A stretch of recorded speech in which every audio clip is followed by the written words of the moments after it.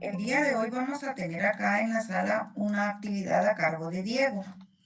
Esta actividad pues es parte de las actividades que él debe realizar, por lo tanto si le solicita que le llenen una encuesta o algún tipo de información, yo les agradezco mucho que colaboren con él, porque pues es parte de las actividades que él debe reportar a la escuela.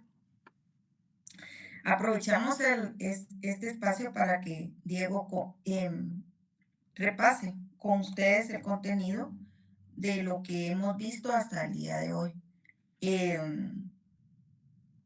Un poco preocupante las notas de parciales, las hojas pues no están mal, pero los parciales no están tan bien como los resultados de las hojas de trabajo. Y sobre todo, preocúpense un poco y pónganle un cuidado, especial cuidado a los temas de ya no faltar a hojas, los que lo han hecho, porque ahí es donde empiezan a ustedes a tener algún riesgo con sus zonas. Así que, sin más, los dejo acá con Diego para que podamos realizar la actividad de este mediodía. Recuérdense al volver el martes 7 de abril, pues ya vamos con la hoja de trabajo número 5 y el material pues ya lo tienen ustedes publicado en Wedi y también en el Classroom. Eh, Así que aquí estamos, chicos, para que Diego nos comparta en esta mañana lo que él pudo darse cuenta en las actividades que calificó, es esos puntos donde la mayoría no están muy bien. Este espacio es para que puedan también abrir sus micrófonos, consultar dudas, etcétera. Por eso le estamos dando este espacio de consultas. Así que gracias, Diego. Gracias por preparar la actividad de este mediodía y pues todo oído, ¿verdad? Gracias, ingeniera. Pues buenas tardes a todos. Espero que se encuentren bien. Hoy es la conferencia del curso y será un pequeño repaso de todo lo que hemos visto a lo largo del semestre, ¿verdad? Pues mencionando un poco acerca de la importancia del curso, la lógica de sistemas es importante porque nos enseña a pensar de forma ordenada para resolver problemas correctamente. Nos ayuda a identificar qué está pasando realmente, evitar errores de interpretación y tomar decisiones con base en un razonamiento que tenga fundamentos y no solo en la intuición. En pocas palabras, se trata de encontrar una solución y de entender bien el problema para llegar a una solución lógica y correcta. Pues entonces empezamos con el repaso, ¿verdad? De las unidades que hemos visto. Esta es nuestra agenda del día de hoy. Vamos a ver las 4 unidades: la creatividad y modelos mentales, lógica del concepto, lenguaje y proposiciones, y vamos a tener unos links de asistencias y al final vamos a tener una comprobación de conocimientos.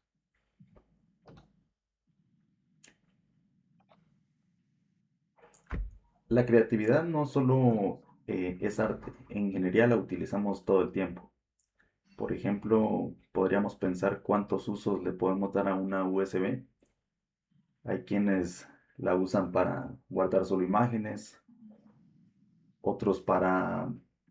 eh, yo he visto que hay personas que la usan hasta como llaveros. En mi caso la usé para guardar una vez guardé un sistema operativo en una USB y me funcionó correctamente. Entonces creo que le podemos dar bastantes usos y eso es la creatividad, ¿verdad? Es relacionar cosas conocidas de una manera nueva. Y tiene 5 características principales. Es la originalidad, nos sirve para verlo desde otro ángulo; flexibilidad, usar algo de forma inusual pero razonable; sensibilidad, detectar problemas que otros no ven; fluidez, es parte de salirse del esquema rígido; y el inconformismo, ir contra la corriente con ideas razonables. Por ejemplo, tenemos un programador creativo, no solo copia código de Stack Overflow, sino que ve el problema, lo conecta con algo que ya conoce, por ejemplo, un algoritmo de ordenamiento, y lo adapta. Eso es creatividad y aplica a sistemas. El modelo más aceptado para resolver problemas consiste en definir el problema, generar alternativas evaluar y elegir, implementar y monitorear. El más importante es el primero, definir el problema. Porque si no sabes en qué está fallando, puede que resolvas un problema equivocado. Piensen cuando tienen un bug en código, se podría decir que si están trabajando con una base de datos y asumen que el error está en la base de datos, pero en realidad está en la lógica del código, pueden perder horas y en realidad no estaba ahí el error. El paso 2 es generar varias alternativas antes de escoger. En el paso 3 tenemos que evaluar cuál es la mejor y elegir la opción que creamos más conveniente. Y en el paso 4 incluye monitorear que la solución realmente funcione.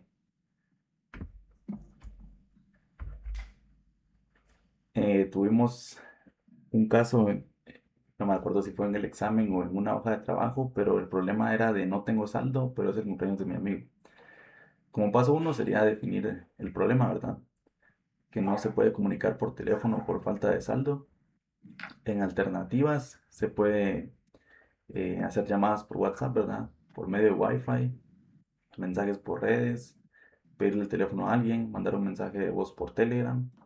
El paso 3 sería evaluar que el WhatsApp solo necesita Wi-Fi, es gratuito, inmediato y personal.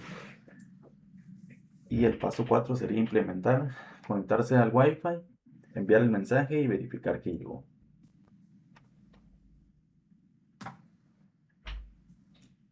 ¿Cómo producir ideas? Esto se basa en 5 etapas: reunir materia prima, proceso digestivo, relajarse, aparece la idea y se moldea la idea.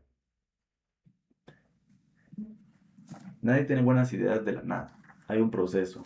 Primero se reúne la información específica y general del problema, luego se digiere, se procesa desde distintos ángulos. Después viene lo que parece extraño,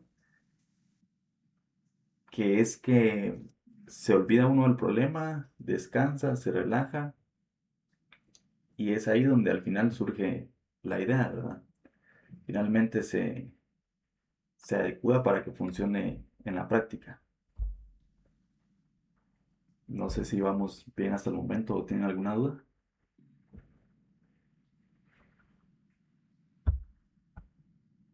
No, sí, todo bien. Gracias.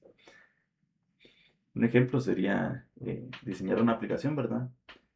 Empezamos reuniendo el material más importante, que sería investigar apps similares para ver qué funcionalidades tienen, leer como comentarios y entender el mercado al que va enfocado. Procesar sería hacer bocetos como mockups, comparar flujos de usuario. Después dejamos de lado completamente eso, podemos ver una serie, salir a caminar, hacer ejercicio. Y mientras estamos aparentemente total desconectados de la idea, pues surge, ¿verdad? Se les ocurre que podrían usar geolocalización para personalizarla. Y finalmente se moldea, ajusta la idea a los recursos disponibles y al tiempo.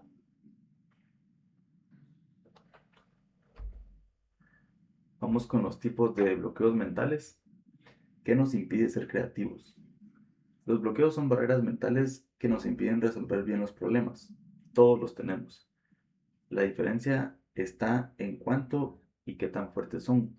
Se clasifican en 5 grupos. Los perceptivos son los que no nos dejan ver el problema claro. Los emocionales son miedos o inseguridades. Los culturales vienen de las reglas de nuestra sociedad. Los ambientales son en el entorno. Por ejemplo, un jefe tóxico, el ruido, la falta de recursos. Los intelectuales son cuando no sabemos cómo expresar o abordar el tema, ¿verdad? Aquí tenemos algunos ejemplos. El perceptivo es no ver el problema claro y empezar a estereotipar. Un ejemplo cotidiano podría ser pensar que una pantalla rota hay que comprar otra sin intentar repararla. Emocional, miedo al error, a hacer el ridículo. No proponer un sistema nuevo por miedo a que lo critiquen. Cultural, normas sociales que limitan ideas. Los programadores no deben trabajar en diseño. ambiental, entorno que no apoya la creatividad, jefe que siempre descarta las ideas del equipo. Saber cómo funciona un algoritmo intelectual, no saber cómo resolver o comunicar. Saber cómo funciona un algoritmo, pero no poder explicarlo.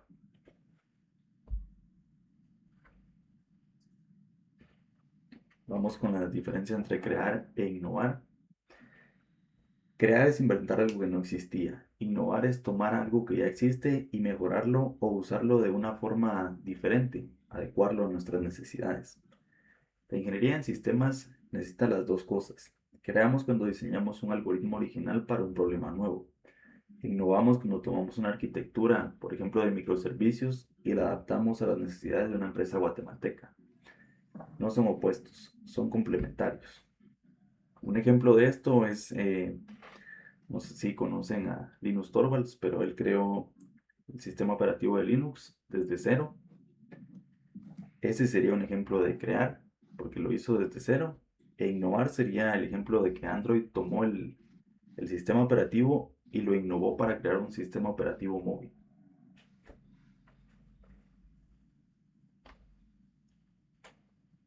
Vamos a ver un poco sobre la unidad de la lógica.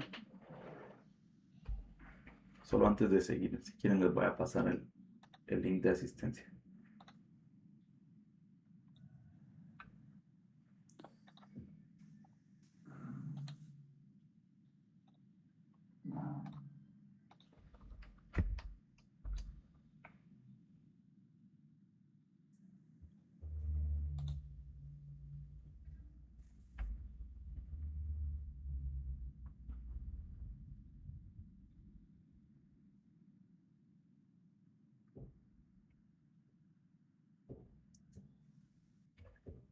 Me hacen favor de llenar y seguimos. Pues en la unidad de lógica tenemos los pilares de la lógica, que es pensar, razón y razonamiento lógico. Pensar es crear imágenes mentales y asociarlas con esquemas que ya tenemos. Es como el proceso básico, ¿verdad? Con conocimientos previos. La razón es la facultad que nos permite identificar conceptos, cuestionarlos y encontrar contradicciones para producir nuevas ideas. El razonamiento lógico es un conjunto de juicios o premisas que llevan lógicamente a una conclusión. Un ejemplo de razonamiento lógico puede ser que tenemos dos premisas. Premisa 1. Todos los hombres son mortales. Premisa 2. Sócrates es hombre. Conforme a estas dos premisas podemos llegar a una conclusión que sería: por lo tanto, Sócrates es mortal. Si las premisas son válidas y la estructura lógica es correcta, la conclusión es válida.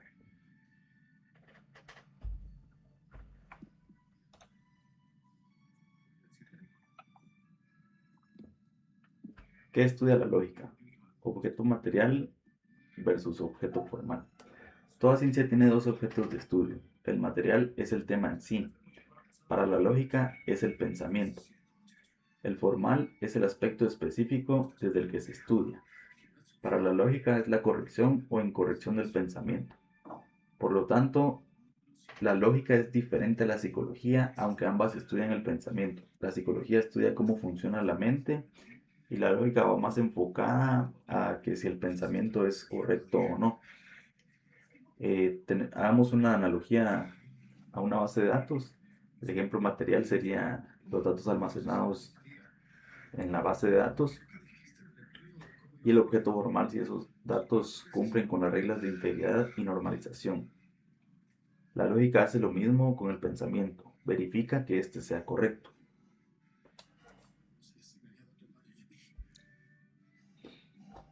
Posición sociologística y reduccionismo lógico. ¿Es la lógica una ciencia independiente? La lógica sí es una ciencia autónoma. El reduccionismo lógico es cuando otras ciencias dicen que la lógica no es una ciencia sola, sino parte de la suya. Por ejemplo, los matemáticos dicen que es solo matemática. Los psicólogos dicen que es solo psicología. La posición sociologista específicamente dice que las leyes lógicas no son universales, sino reglas que el grupo social impone. Por eso no se sostiene porque si el grupo acepta esas leyes es porque funcionan. O sea, estas tienen una validez que el grupo solo comprueba. Aquí vamos con un tema importante que creo que no estuvo muy claro cuando se evaluó, que es la estructura fundamental de la lógica. Esta se compone de la apofántica, la teorética, método científico, lógica matemática, lógica dialéctica. La apofática significa juicio. Es donde se procesa el conocimiento en 3 pasos. Concepto, que determina qué es. El juicio es donde ustedes logran determinar cómo lo relacionan. Y el razonamiento, a qué conclusión se llega. La teorética estudia cómo están organizadas las ciencias. El método científico es la herramienta para investigar. La lógica matemática busca máxima precisión usando símbolos. La lógica dialéctica busca ver la realidad completa, no en partes aisladas. Pongamos un ejemplo de un sistema de pedidos en línea. Pues el concepto sería pedido en línea. Juicio, el sistema tarda mucho en procesar pedidos. Sobre eso sacan el razonamiento de que si tarda mucho, los usuarios se irán y se logra determinar que hay que optimizar el sistema. En la teorética ubicamos el problema entre una ciencia y cómo se conecta con otras. O sea, el sistema se analiza como parte de la informática, se relaciona con bases de datos, redes y software. En el método científico, por parte de la observación, determinamos que el sistema es lento, logramos obtener una hipótesis de que el problema es la base de datos, probamos optimizar las consultas y hacerlas más eficientes y como resultado obtenemos que el rendimiento mejora. En la lógica matemática, si el sistema es lento, entonces los usuarios se van. En la lógica dialéctica se nota el cambio y evolución de los sistemas.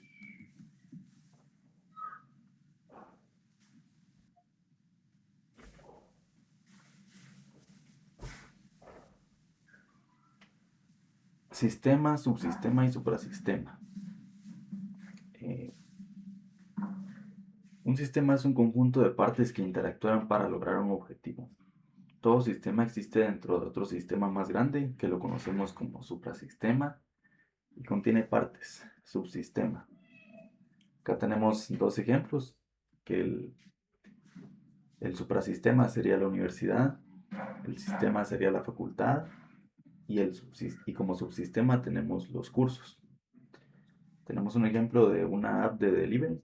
El suprasistema sería el ecosistema digital, internet, el mercado de apps. Sistema, la app de delivery en sí. Subsistemas, lo podemos ver como módulos de pago, de seguimiento, módulos de reseñas, bases de datos.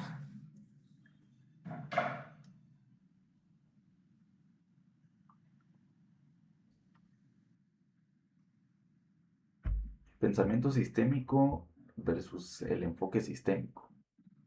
El pensamiento sistémico es una actitud, ver cada cosa como parte de un todo, no como un elemento aislado. Si ven una falla en un servidor, no piensen solo en ese servidor, piensen en cómo afecta al sistema completo. El enfoque sistémico es la metodología concreta. Analiza el todo, descomponerlo en partes, encontrar las relaciones y actuar sabiendo cómo cada parte afecta al objetivo general.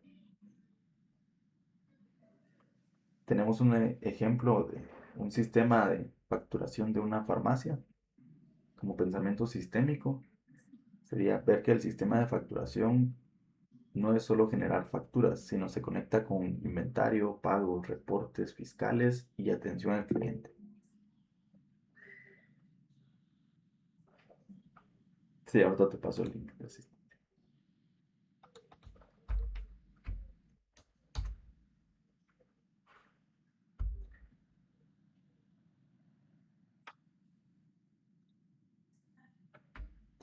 Por parte del enfoque sistémico tenemos analizar cada módulo, inventario, facturación, recursos humanos, entender cómo se relacionan y diseñar el sistema sabiendo que todos deben funcionar juntos para el objetivo del negocio.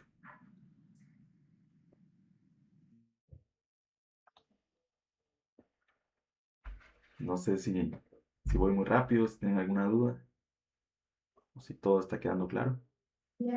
Todo bien. ¿Sí, Jeremy?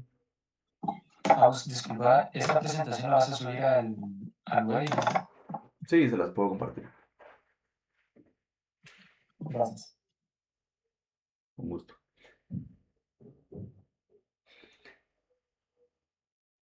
Pasamos a la lógica del concepto.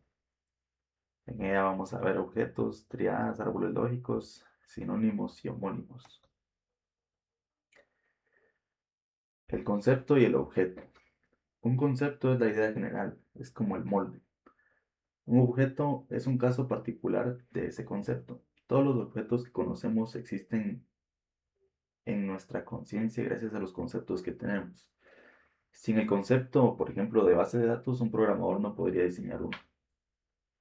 La clave está en que el concepto es la definición general y el objeto es una instancia concreta. Por ejemplo, con un smartphone. Ese sería el concepto. Y como objetos podemos encontrar demasiados. Un iPhone, un Samsung, un Pixel. Y así podríamos encontrar demasiados. Ciclo de vida de un objeto y su clasificación. Los objetos no son eternos. Nacen cuando les aplicamos un concepto y desaparecen cuando ya no se les puede aplicar ninguno. Un objeto puede pertenecer a múltiples conjuntos al mismo tiempo. Eso es clasificación múltiple. Y puede cambiar de conjuntos a lo largo del tiempo. Eso es una clasificación dinámica. La línea del tiempo sería nace el objeto, es clasificado en conjuntos, puede ser reclasificado y desaparece. En clasificación dinámica, un objeto pertenece a varios conjuntos al mismo tiempo y clasificación dinámica cambia de conjuntos con el tiempo. Pongamos de ejemplo un servidor de producción. Ciclo de vida. El servidor es comprado, se configura, se envía a producción, se le da mantenimiento y es descomisionado. Clasificación múltiple. Al mismo tiempo es servidor web, servidor de base de datos y servidor de archivos. Clasificación dinámica. Empieza como servidor de desarrollo, pasa a servidor de pruebas, luego servidor de producción.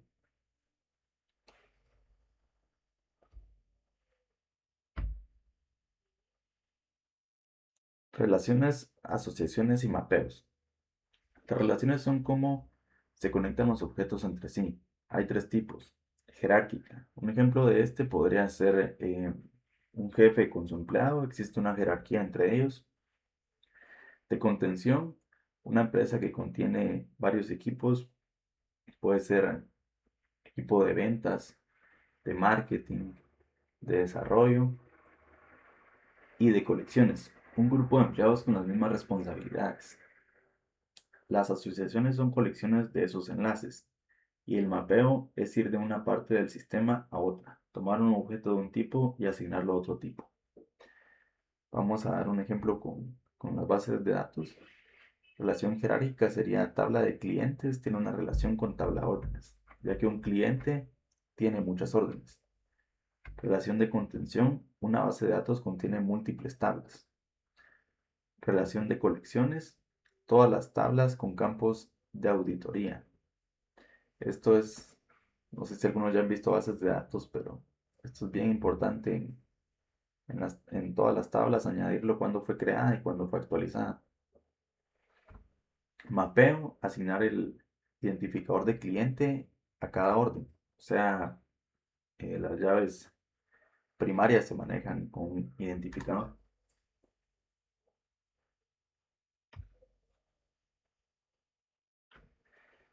La triada del concepto, intensidad, extensión y símbolo. Todo concepto tiene tres partes. su nombre, que en este caso sería su símbolo, su definición, que equivale a la intensidad, y el conjunto de objetos al que se le aplica. Esta sería su extensión. La regla más importante es que son inversamente proporcionales. Cuando más específica es la definición, menos objetos abarca. Por ejemplo, vehículo. Este ejemplo tiene muy poca intensidad, pero mucha extensión, ya que incluye carros, motos, buses, aviones, barcos. En cambio, si ponemos el ejemplo de Toyota Corolla 2023 plateado, tiene mucha intensidad y muy poca extensión, ya que es un ejemplo más concreto, ¿verdad? Acá tenemos otros ejemplos con sistemas de software. El concepto sería software, el símbolo es software, que es su nombre. La intensidad, programa de computadora, tiene una extensión alta. Microservicios, su símbolo sería microservicios también. Es un módulo independiente. Sí, ya. Entonces, disculpa, con esto que estás explicando ahorita para los exámenes, vi que esta pregunta entró. Entonces, la respuesta correcta hubiera sido alta, media o baja, o bien se pudo haber escrito de forma específica los distintos Sí, cuentos lo que mejor abarca. es que lo desarrollaran, que lo describieran de las otras formas, pero era para no, es como dar un breve repaso sobre todos los temas. Bueno, gracias.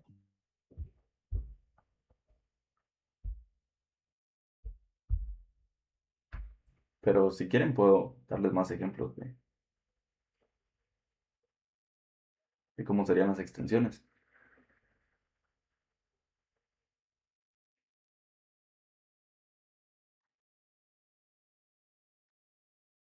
Ustedes me confirman mientras sigamos.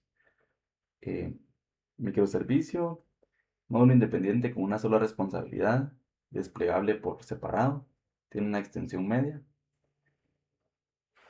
Una API REST es como intensidad tiene interfaz que usa HTTP, recursos con URLs, sin estado, respuestas ya sea en JSON o XML, tiene una extensión baja.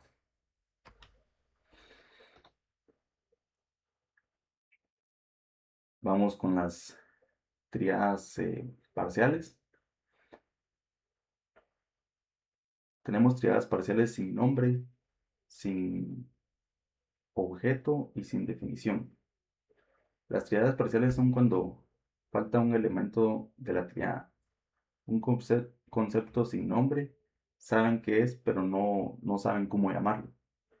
Sin objeto sería la definición, existe, pero no hay ningún ejemplo real, como por ejemplo un unicornio, ¿verdad? Pues la definición está, pero nunca nadie ha visto uno, por lo que no es real. Sin definición, el sistema funciona, pero nadie documenta qué hace. Esto pasa mucho en código legado. Los sinónimos son conceptos con distintos nombres. Por ejemplo, usuario, user, eh, cliente, al final significan lo mismo, ¿verdad?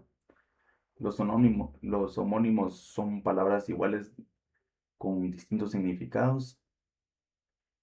Clase puede ser clase en programación orientada a objetos, podría ser un ejemplo, y una clase académica. El dominio es el contexto que aclara. En el dominio del desarrollo de software, clase significa programación orientada a objetos.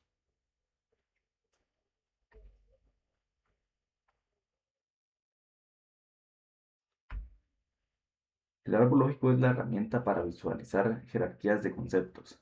La raíz va arriba, que este es el concepto más general, y hacia abajo se va especializando. Es un grafo jerárquico, conexo, no cíclico y no dirigido. La regla importante acá es, un nodo puede tener solo un padre. Si se dan cuenta acá, estos tienen solo un padre, todos tienen solo un padre. El padre es el que va arriba de él.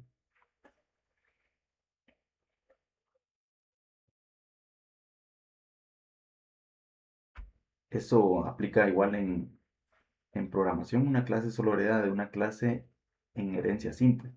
Los árboles lógicos son literalmente la base de los árboles de herencia en programación orientada a objetos y los árboles de decisión en sistemas eh, expertos.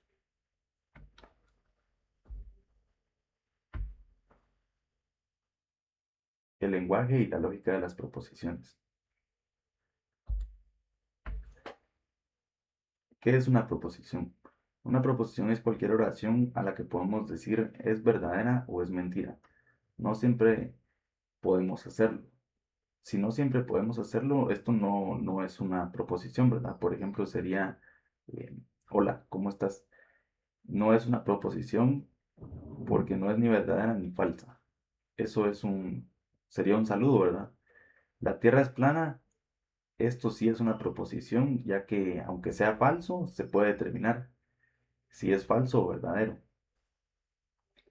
Las proposiciones simples no se pueden partir. Las compuestas están formadas por dos o más simples unidas por conectivos.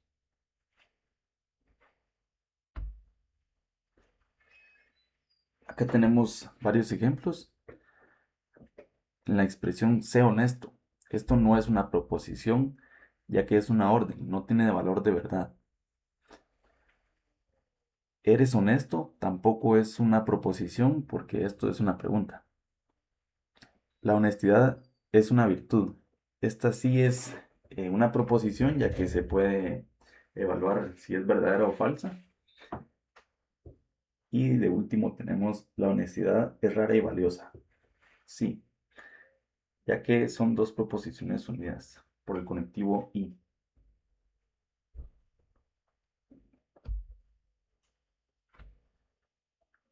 Los conectivos lógicos y su simbolización. Los conectivos son los operadores del lenguaje lógico. Son como los operadores AND y OR, que ya ustedes seguro los conocen demasiado en programación.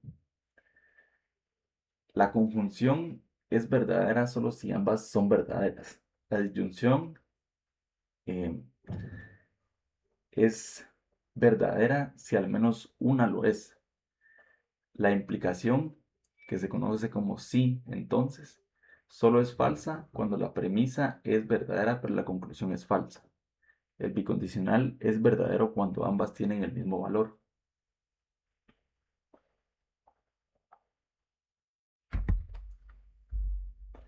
Vamos a ver un poco de tablas de verdad, tautología, contradicción y contingencia. Las tablas de verdad calculan todos los posibles valores de verdad de una proposición compuesta. Si el resultado siempre es verdadero, esto quiere decir que es una tautología, ya que es algo que siempre se cumple. Si siempre es falso, es contradicción. Si mezcla ambas, es contingencia. Para construirla, debemos contar cuántas proposiciones simples hay. Y se calcula con 2 elevado a la n, para saber cuántas filas necesitamos. Un ejemplo cotidiano sería de tautología: el sistema funciona o el sistema no funciona. Y esta sería la forma de expresarlo. Contradicción: el sistema funciona y el sistema no funciona. Esto siempre es falso. Y en contingencia, el sistema funciona y hay conexión a internet. Depende del estado real.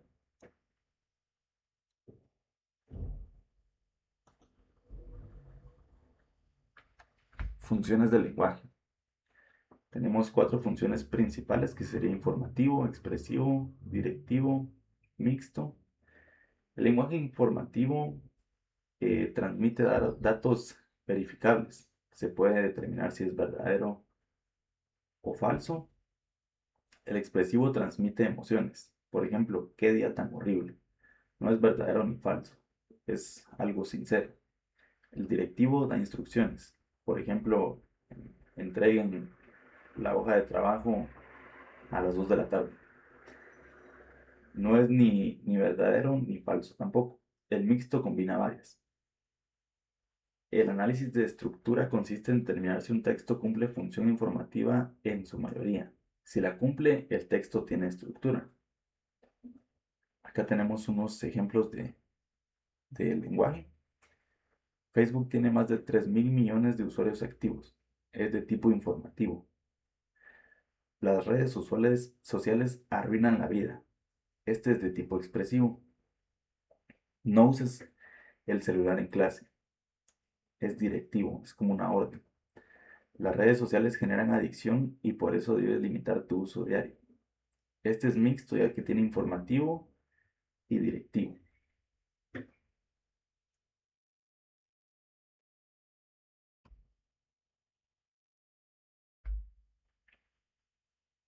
Análisis de estructura de un texto. Con estructura versus sin estructura. El criterio para determinarlos es de que si tiene información, tiene estructura. Y si es mayormente expresivo, es sin estructura. El análisis de sentido identifica qué función cumple un texto. El análisis de estructura determina si el texto es mayormente informativo.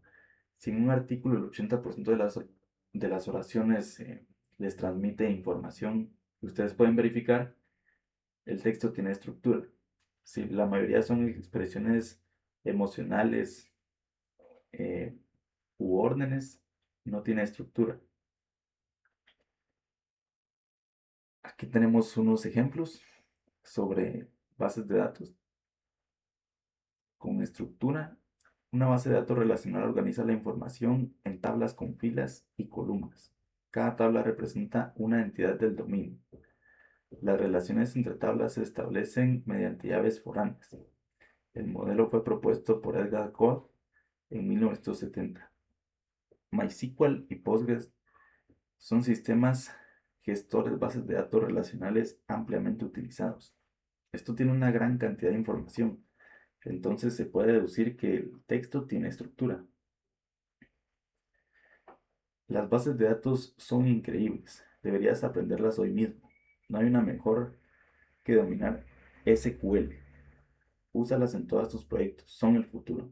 Estas son mayormente expresivas, por lo que no poseen estructura. No sé si hasta acá tienen alguna duda.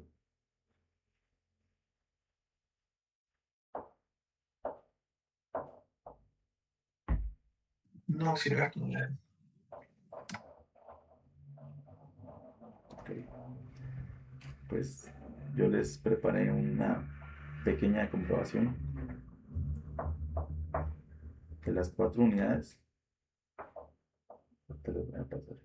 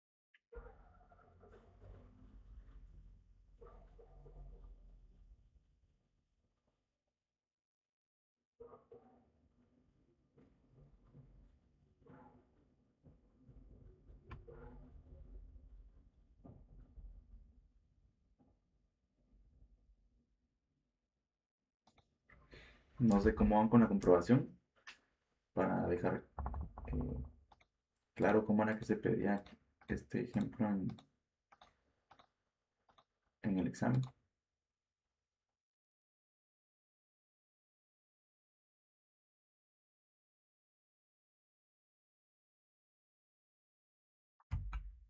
Cuando terminen nos avisas para dejarles bien claro esto.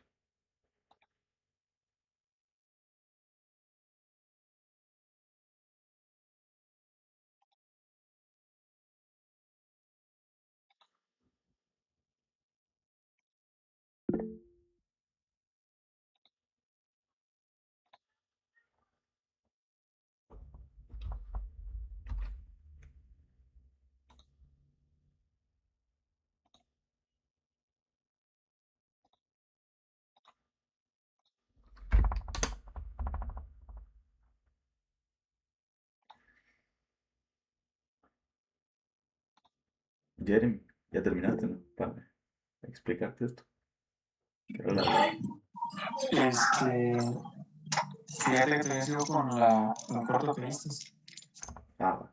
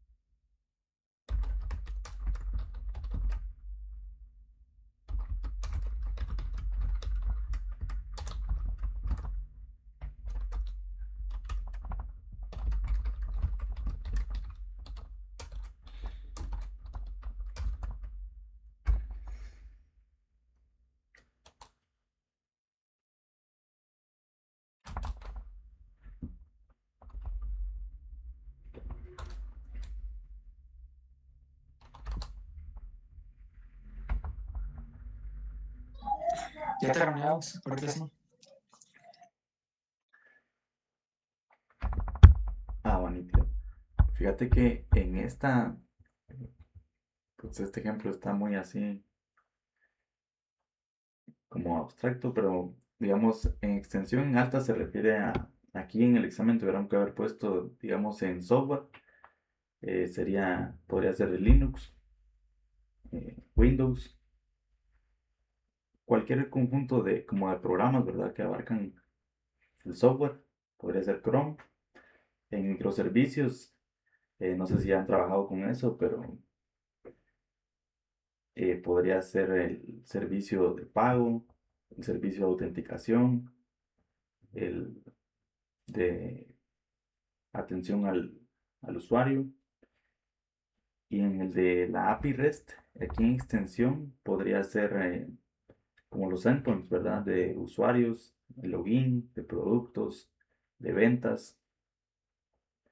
No sé si ahí está ya un poquito más claro o si quieres otro ejemplo. No, sí, está un poquito más claro. Es que ponerle que en el examen había puesto como que una definición como tal, no había puesto los ejemplos. Entonces por eso tenía la duda. No, sí tenías que poner el concepto, símbolo, intensidad y extensión. Digamos, un ejemplo más sería eh, de algún vehículo, digamos. Su concepto sería vehículo, el símbolo también sería vehículo. La intensidad sería, que es aquí como que donde explicas, medio de transporte que te permite trasladarte. Y en extensión, pues podría ser carro, moto, bus, avión, barco. Mira, una cosita más, para el parcial vas a estar dando revisión, ¿no? Sí, les había publicado ahí en Claro que la podían solicitar por medio de correo. Ok, gracias. Con gusto. No sé si tienen alguna otra duda o si los dejo seguir haciendo su corto.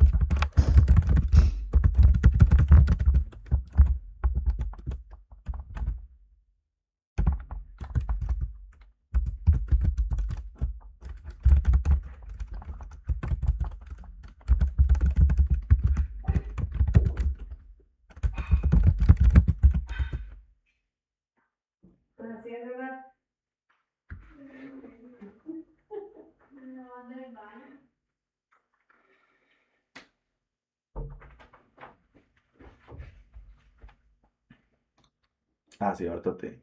Disculpa, no había visto tu mensaje. Ana, ahorita te explico.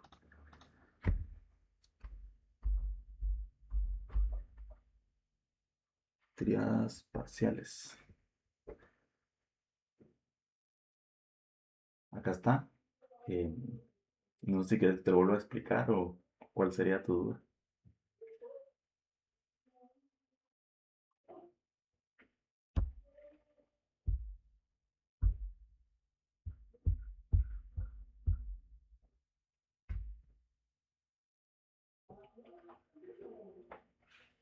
Ahora te lo vuelvo a explicar sin problema.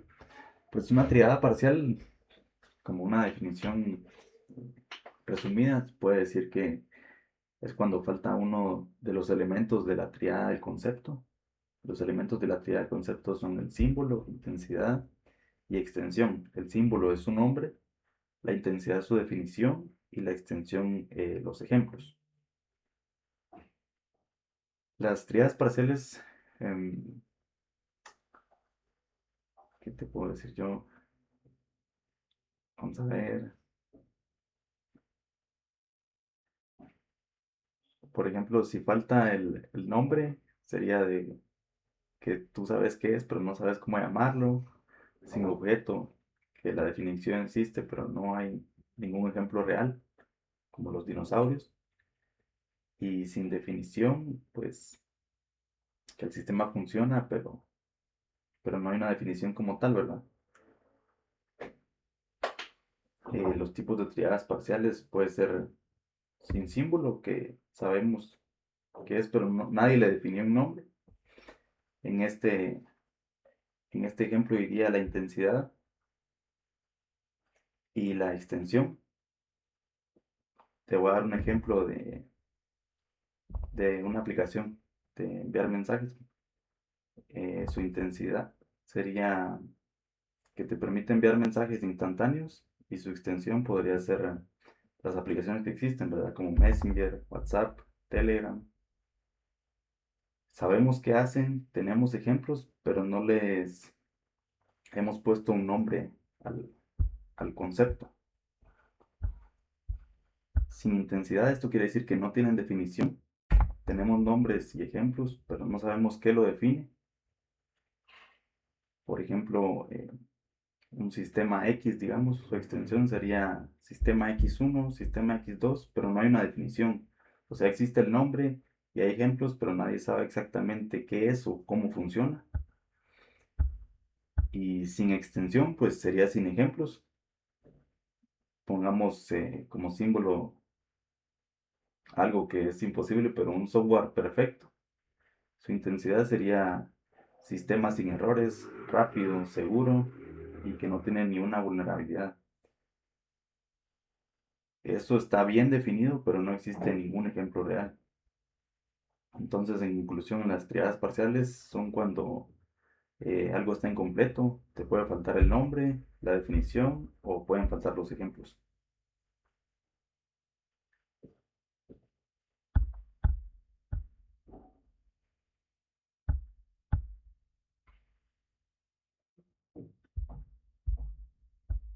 No sé si ahí está claro o te dejé más confundida.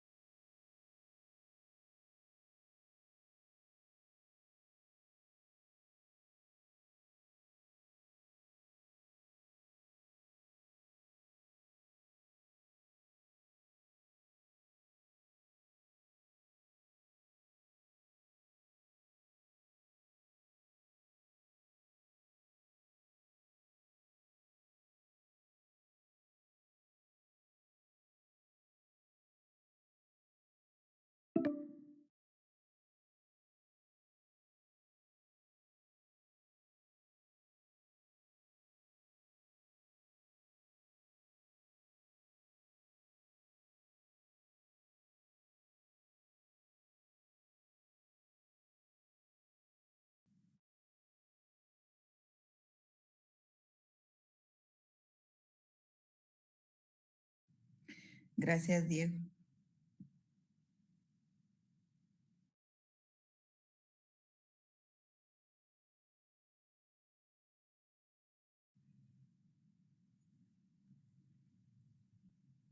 Ok, Diego. ¿Ya todos enviaron la comprobación?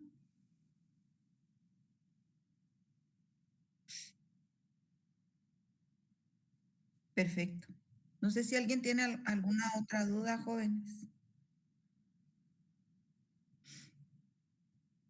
Si no hay ninguna otra duda, entonces les deseamos una tranquila Semana Santa, que les abunde el tiempo para todo lo que tengan pendiente de sus clases. Y con nosotros, pues primero Dios, nos vemos el 7 de abril para la hoja de trabajo número 5.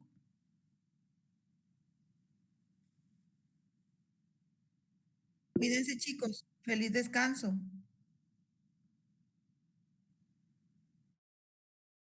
Adiós, ingeniera. Feliz tarde. Feliz tarde. Feliz tarde, jóvenes. Que descansen. Feliz descanso, chicos.